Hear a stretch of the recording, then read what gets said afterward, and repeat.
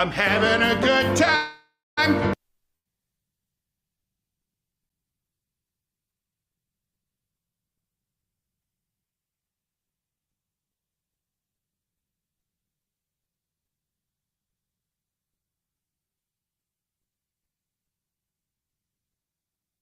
In bodybuilding. The clear dudes do not. They Yes. Not enough. present to you the next Mr. Olympia, Larry Bird. So we wanted to get into this because we're hearing a lot of claims made out there, both on the left and on the right. And it's easy to get nerdy, but also lose the bigger picture. And a problem, a lot of people will tell you, hey, don't try and compare this to other elections because everything is changing very rapidly. I think there's some truth to that. But there's a difference between that and being disingenuous in making comparisons in order to try and make one side feel as though defeat is imminent. That's what we're seeing from CNN. They are not pulling apples to apples comparisons, and we actually have had our team here pour through the data to be able to make that comparison, because CNN wants you to believe, did an entire segment on the fact that Donald Trump is losing his core base, non-college educated white voters. We've seen so many groups this year moving in Donald Trump's direction, so you would think his core group, his base of support would be doing the same. But in fact, it's moving a little bit away from him. So this is Trump's margin with non-college white voters. Unlike most voting blocs, this group is not moving towards him. It's actually moving slightly away. So you go back 8 years ago, he won it by 33. You go back 4 years ago, he won it by 31. Now what we look is we see that in the latest average of polls, he's only up by 27. Now that may not seem like a lot, but given that we're seeing these double-digit gains, say, among black voters or among Hispanic voters in some of the polls, the fact that we're seeing this core group of supporters actually moving away from him, not just off of the 2016 baseline, but the 2020 baseline as well, I think that's a rather interesting development. Now, multiple problems with his analysis there, which we will get to, but not the least of which, by the way, is, to be fair, it can be quite hard to poll non-college educated white voters. Okay, goodbye.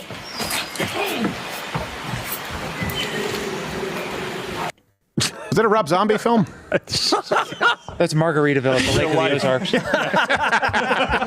he's a parrot head. Yeah. So we do have some problems with the analysis here, and Lane and our team back here went through them. Let me give you the first problem. You were pointing this out. The source of the claim being made there, and that's Enton is the guy's name. Yeah, Harry Enton. Harry Enton. The source of his claim is Enton's aggregate. Okay, it's just like Crowder's aggregate. Yeah. Now, here's the thing. We are actually able to tell you where our data is coming from and which data is exclusive.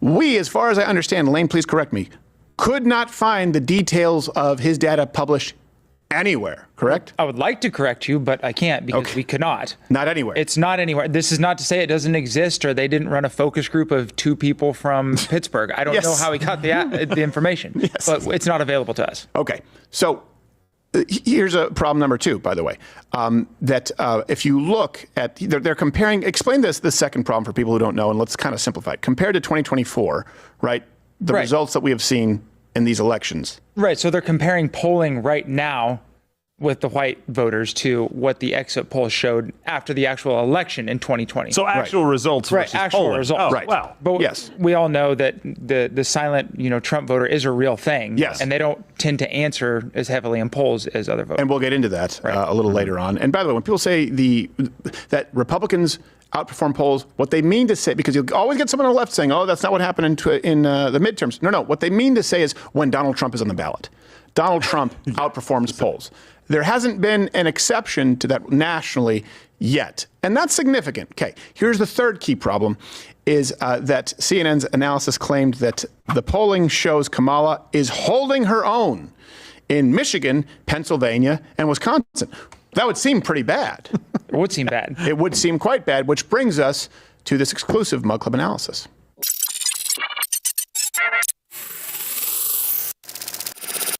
All right, and we will make this, of course, all references available to you. Link in the description, louderwithcrowder.com. And some of this is exclusive, a lot of work into it. So the numbers that we crunched, Lane, I know you spent a lot of time with this. Right. What do we have? We have data from 2020 with non-college voters in Michigan, Pennsylvania, and Wisconsin. right? Yes. Okay.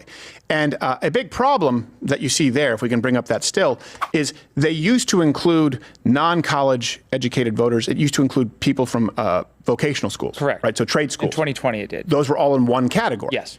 Now that's been separated. Now it's 3 separate categories. Right. So it's not an apples to apples comparison. Exactly. So the data that we've crunched makes the category as close as humanly possible to what we have seen in the last election. Exactly. Right? And that number, when you look at that, comparing 2020, putting vocational schools or those who've attended them into that subset, 2020 compared to now, Trump is actually up 1.2% with all non-college educated people in Michigan, Pennsylvania, and Wisconsin. Here's a caveat. We were not able to find exclusively non-college educated white voters outside of Enton's analysis. Of course, his aggregate. And the reason for that, I believe, Lane, is that no one has done it. No, I mean, we looked through every polling source that we could find, and we ended up settling mostly with Emerson because their crosstabs are the most detailed, and it does not include the specific category of white non-college educated voters. Again, why Enton doesn't just share where he's getting that information from, I'm not quite sure. It would be very easy for him to do so. You're not quite sure? Well, I You're am. not quite sure? That's called sarcasm. Come on. Yes. Yes. No, I know. It would be very easy just to say that. And that's so the difference is here, we're saying, hey, here is where we got it. Yeah. And I would actually go crunch it. Based on all the data we have available to us, again, if we were to look at crosstabs of white voters versus, let's say, black voters, you would imagine that white non-college educated voters would be slightly higher than the overall 1.2% overperformance compared to 2020. Yeah. Right. It makes sense to see that kind of downward shift from 2016 to 2020 because you have a white.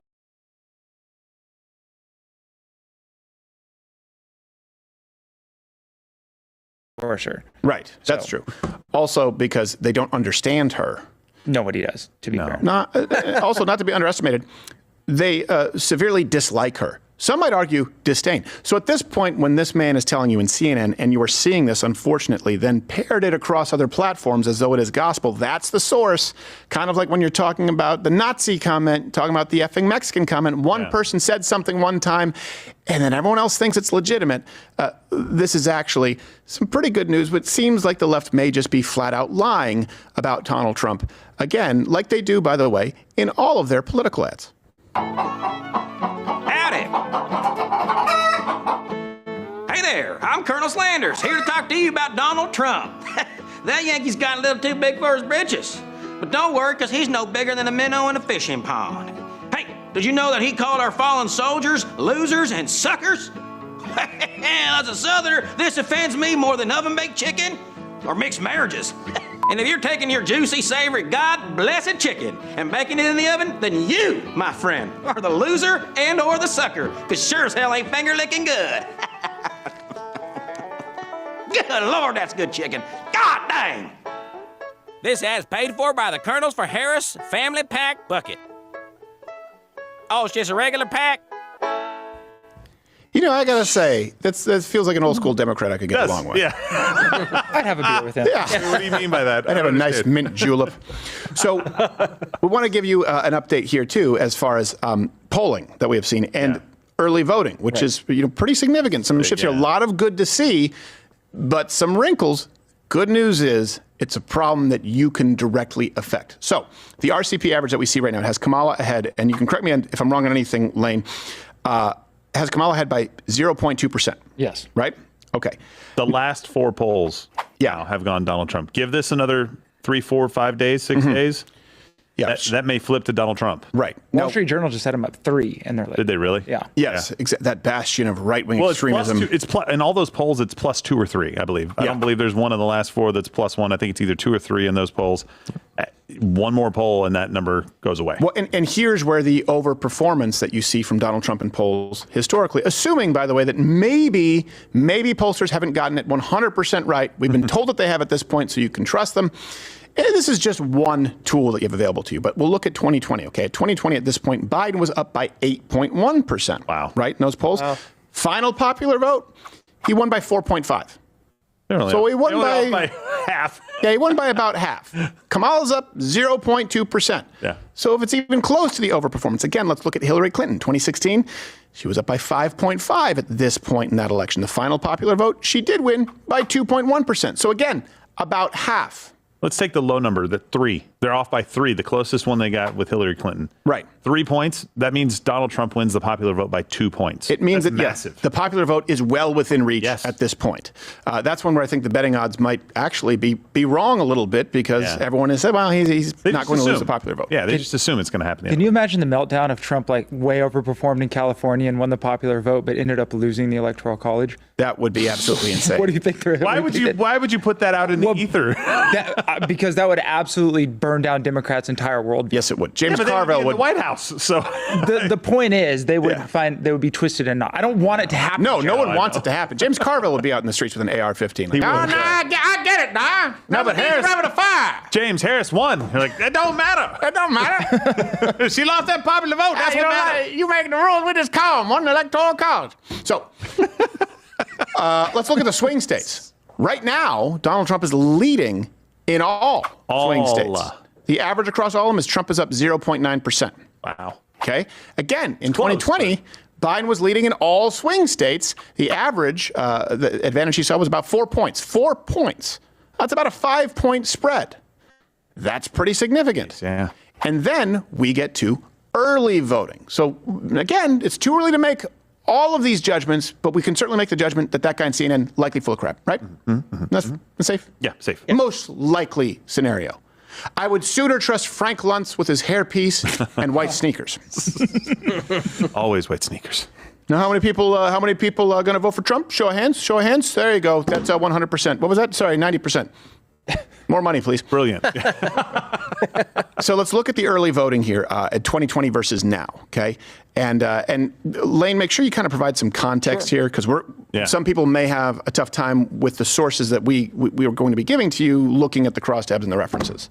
Right. So we're pulling all the data from all available references and then looking at what best represents where we are right now, which is 12 days out from the election. So all these early voting kind of statistics that we're going to see are comparing to the same 12 days out in voting in 2020. Exactly. And that's important because what you were talking about earlier, there's a difference in, basically comparing polling before an election and then exit polling. Huge difference. Yeah, so we're making sure that we are comparing at this exact moment in time because each day can make a significant difference. Okay, so let's look at North Carolina. What you have seen with early voting is a 14-point swing toward Republicans. That means 14 points along that scale toward Republicans. That doesn't mean Republicans are winning by 14 points. It means it's a 14-point difference in early voting now versus this exact time in the election in 2020. Yep. That's huge. Yes. That's absolutely huge. And what's the other key point that you were saying here, Lane, is that Democrats were leading in early voting until, if I'm not mistaken, yesterday morning? Yeah, yesterday morning, actually, the total, it's not just that there has been that 14-point swing, but now it's actually put Republicans into positive territory. Right. Yeah. So they are, in terms of raw numbers, right now ahead in North Carolina. Yeah. Which is huge. When you have a very close state, 10, 20, 30,000 votes, making sure that you get people out to start kind of winning. Like if all of these early voters vote early and then we have a terrible turnout on election day, that can be bad for Republicans. But these are positive signs that if we keep doing what we're doing, this could be very good. Well, I will tell you this. Before the hurricane, I was most concerned about North Carolina. Yes. I thought that it was a dark horse a lot of people weren't paying attention to. And it didn't seem like maybe there was as good of a ground game there. But it seems like now, again, it's not. Nothing is a guarantee. Nothing is a safe bet at this point. So you need to do your part. We cannot say port. Did I say you need to do your port? Your port. You need to do your part. It's your worst nightmare. Get out. It's your worst nightmare. Your car broke down. And you don't do your port. A good way to look at this, and I think when people use like the term point swing, 16-point swing, whatever, it's kind of hard to digest. But if you just think about it like in basketball or something, and the home team is down by 5 and they hit a three-pointer, well, there's been a 3-point swing in favor of the home team.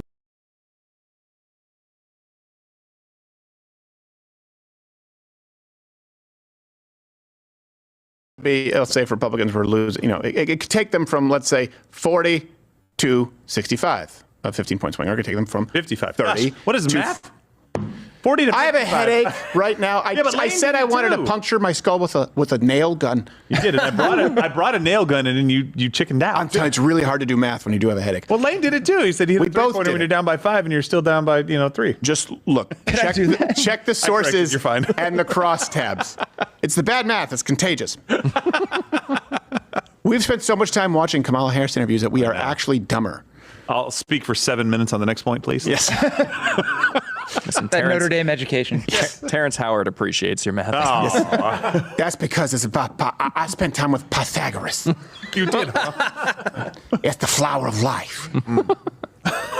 Okay. Why do you sound like you're going to cry? It's just the way I talk. I'm passionate. Let's go.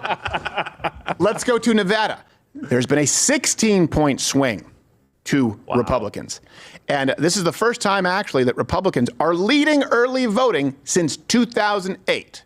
Have that right, Lane? Yep. Yes, you do. And a big reason for that is that the rural vote is, well, you have the Clark County, the wall is not as strong as it needed to be. Yeah. And the rural vote has been overperforming by a significant number. I wonder why that is. I wonder why the rural vote right now is coming out. The people that are most, in my opinion, maybe the people that are most overlooked in this country, they're all the time referred to, not just as flyover states, but like even within states. Like, all right, we care about Chicago, but we care about nothing else south of Chicago, right? These people that have been marginalized, that are having to go to the grocery stores and pay some of the highest prices.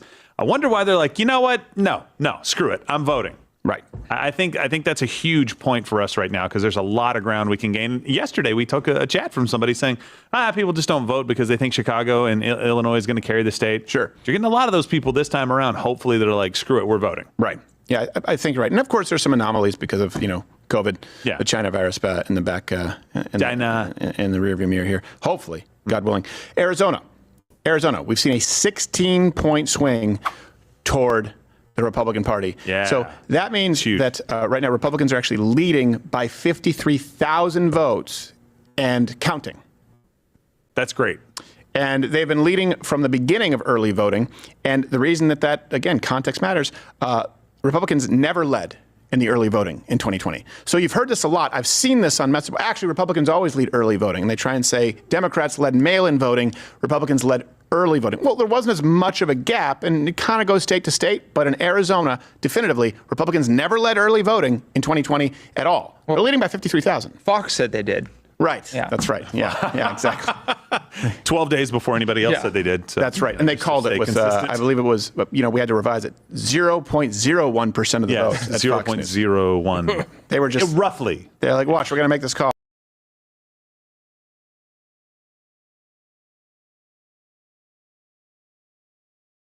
Overfull. They got like their two top execs fired. I know. It was so bad. And it didn't even matter. Like, why would you put your your job on the line for that call? Like, what are you doing? And here's a really messed up point, and I know that some of you are screaming at your screen right now. I know. Or if you're driving at your phone, eyes on the road.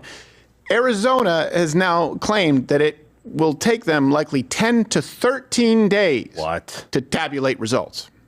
County leaders are asking voters for patience and to be prepared. No. Tight races, high interest in the election, and a two-page ballot are leaving Maricopa County officials warning of lines on Election Day and also warning it's going to take them 10 to 13 days to tabulate results.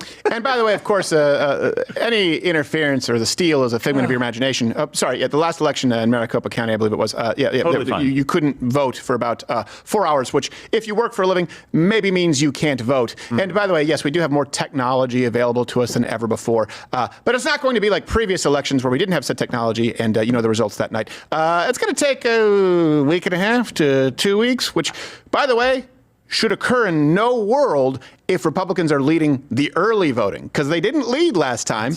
You'd have to believe that Democrats would show up in such huge numbers on Election Day that there would be no way to call it. I don't. How can you take that long to count votes? I just looked this up last night. Taiwan has like 10 plus million voters or something like that. They counted every vote in 6 hours, and you knew the winner of the election that night. Well, yeah, that's because they have some kids like chained to the voting. Count vote now. count. You count. I can't see ballot. Look, spoil. Well, maybe spoil. we No need spoil some. ballot. Count ballot. No spoil. They're using the abacus without actually having it in front of you. Ever seen that when they do it from memory? It's like, what the heck? They do Asian math. We count 5 minus 3. Yes, I know. And get 3. Who But would? hey, No. No, it happened. It did. I did it. Guilty. No, he did that. You did the other one. So let's go to Georgia. And this is why it's kind of interesting. Again, these things can shift, right, depending what kind of votes come in. But there is reason to feel good about this at this moment in time. Not overconfident. Georgia, we're not seeing the same kind of gap that you saw in North Carolina or Arizona, which may surprise some people. There's been a 4-point swing to Republicans.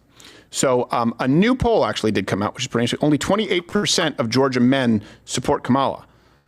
That's kind of surprising. Wow. Good. It's because she's been campaigning there a lot, Stephen. I think that's the problem. Yes, that is the primary problem. She won't leave. Because there are a lot of I don't know if you know this, there are a lot of black voters in Georgia, a lot of black men in Georgia, which may be why 50% of Georgia men supported Biden. 28% not supporting Kamala. I think you're right. I think she spoke. She spoke. She's like the auntie that will never go home. Yes, exactly. Yes. She would do better if she just said nothing. Yes. She just left. Just pull the Joe Biden strategy. Go sit in a basement somewhere, see what happens. 50% of Georgia men supported Biden. He looks like he could have been a slave owner. He could have been alive back then. Like, you got to be kidding me. And 50% of the people in that state? Atlanta is heavily gay, though, to be fair. Oh, is it? Oh, okay. Yeah. And they don't like women. Yeah. That makes sense. It does. go. It's adding up. Yeah, I guess it Yeah, does. We Joe- dive deep here. Yes, we do. Because Joe had a Grinder account. Like Anderson's at CNN. Oh my gosh, can you imagine? Oh, yeah. What an erection kill that would be if you swipe right, like, hey, let me talk to you about Come on, Jack. They were going to head CNN in San Francisco, but they couldn't because No, all the hosts would be. the 200 grinders just him with ice cream. Yeah. Oh, that's Swipe left. Pennsylvania. Okay, this is the most interesting one, and I know you're very passionate about this, Lane. So we have seen a 19-point swing to Republicans. yeah, that's Yes. huge. Here's something that you need to know, though. And Scott Pressler's been doing great work there. Phenomenal. And most of what you have heard, by the way, almost is true as far as the good news. But there is some context that really matters. The good news is you can do something. Republicans there would need a huge voter turnout Yes. to win Pennsylvania. Let me be clear. There is no world that exists in which it's anything other than razor thin in Pennsylvania for Republicans to win this. And if you could help us go through some of these numbers for people who aren't number nerds out there, Lane. 6 minus 3 is 3, just to be clear. You said they were down by 5. Whatever. And they hit a 3. Anyway, okay, so Don't try to fact check me. if we're looking at the registration in Pennsylvania right now, Democrats have 3.95 million people registered. That's actually a decrease of 181,000 from the same time in 2020. That's good for us. That's good. We're seeing a decrease. Okay, And Republicans have slightly less at 3.6 million registered voters, but that is a positive trend of 156,000 more than the same point Also in good for 2020. us. Yeah. So that's good. But the raw number is still favoring Democrats. Right, because what was the voter turnout in 2020? So this is another key point because Republicans actually outperformed in the turnout in 2020 as well by about 7%. I think 84% of Republican registered voters turned out to only 77% of registered Democrat voters. Right, and that's a key fact because it does bring us to another, again, exclusive piece of analysis here from the Mug Club team.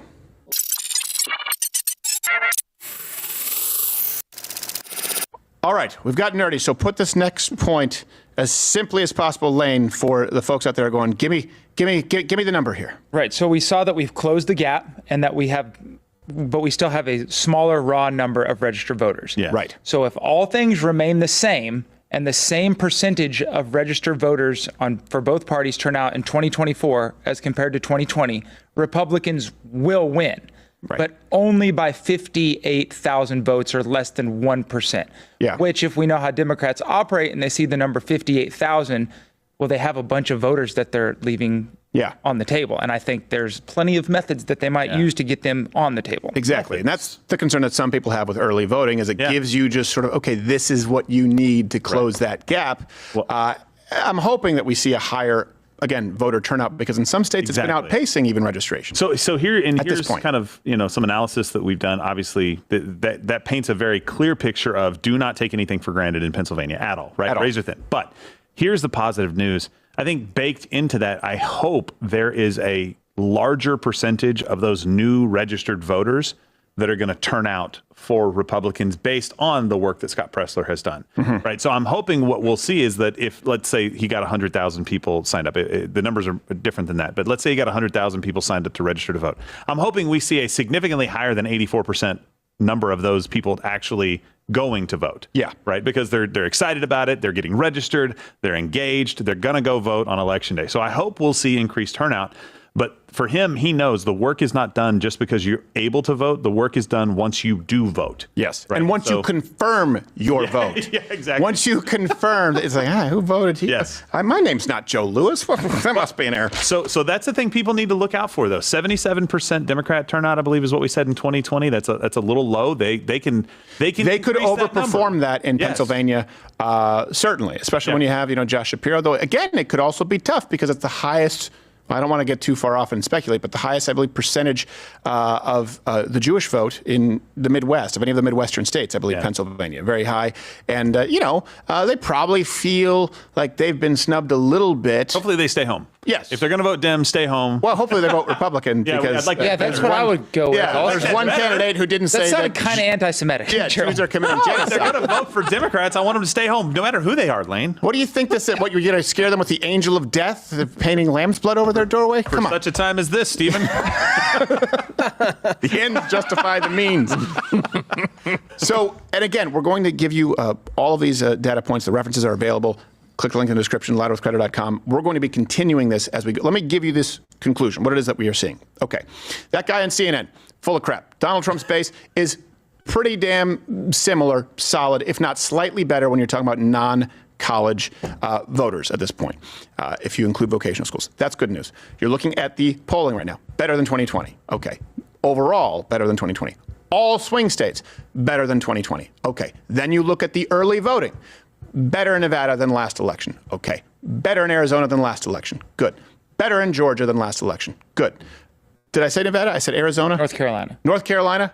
Better in Georgia, right? All those are better. And by the way, contextually, better in Pennsylvania. However, in Pennsylvania, that may not be enough. And it certainly won't be enough if you think that this is a walk-off. So all good news.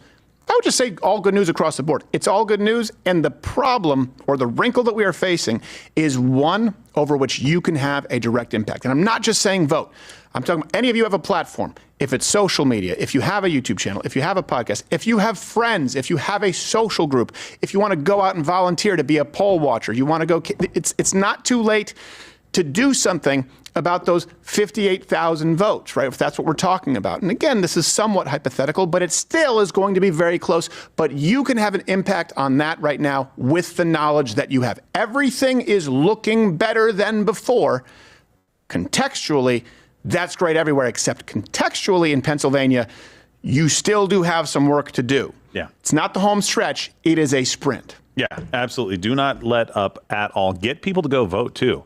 If you've got friends that you know that are registered to vote, make sure, check in with each other. Yes. Buddy system. Sometimes people just are very, very busy in their life. I get it. You can be like, oh, they shouldn't be. They are, right? Yeah. Got a lot on their plate. Be like, hey, I'm going to vote today at lunch. Do you want to go with me?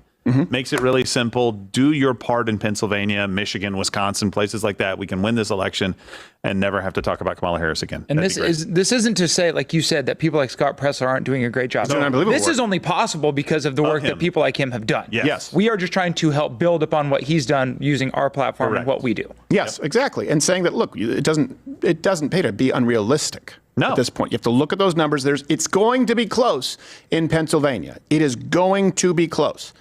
But still, there's a lot you can do, and the numbers look good at this point in time. And by the way, you can expect not only this, but a whole lot more on election night. I mean, I don't even know if we're going to have space in this office because we are going to have the live electoral integrity map, again, based on the data and the analysis that we exclusively have available here, where you will actually be able to see states, see progress, see disputes. If the media calls it with, just getting an update, Fox News called Arizona with actually, it looks 0.0002%. I don't know how they did it. Yeah, it's It was weird. just Yeah. the only vote was a leg. Shit, they just fired Hannity.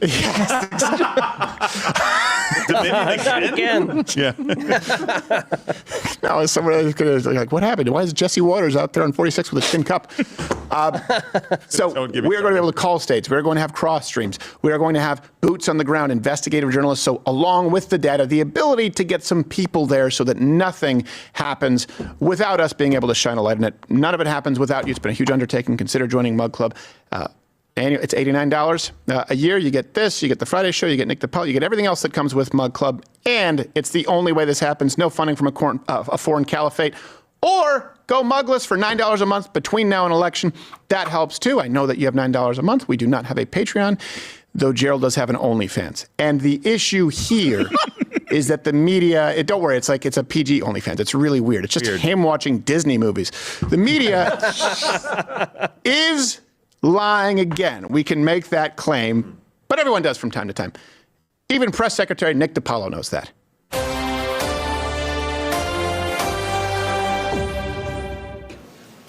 Are you saying that the President of the United States has never lied to the public before? Never lied in a follow-up? Are you saying that the President of the United States has never lied to the public before? What the translator?